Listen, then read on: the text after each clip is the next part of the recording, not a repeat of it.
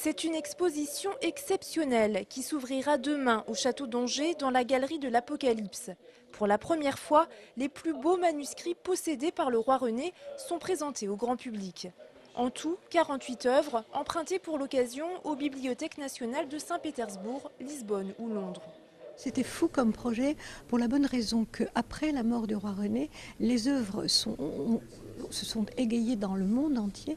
Donc pour la première fois en France, il va y avoir plus de 23 ouvrages qui n'ont jamais été montrés en France. Sur les 48 ouvrages prestigieux qui sont montrés dans cette exposition, cette exposition vient clore l'année de commémoration du 600e anniversaire du roi René.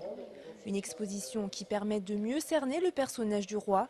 C'était un grand mécène, amateur d'art et de lettres. C'est effectivement une bibliothèque pour le plaisir des yeux, pour le plaisir intellectuel, mais c'est une bibliothèque que le roi René partage.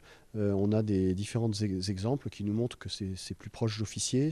L'ensemble de son personnel politique y accédait, y trouvait plaisir à travers des romans courtois.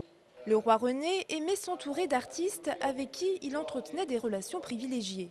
Barthélemy Deck a été d'ailleurs son peintre favori. Il est l'illustrateur du livre phare de l'exposition, le livre des tournois, une œuvre écrite par le roi René.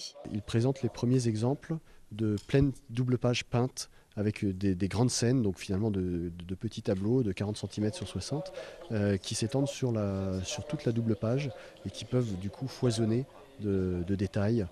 L'exposition est à voir à partir de demain et jusqu'au 3 janvier 2010 au château d'Angers.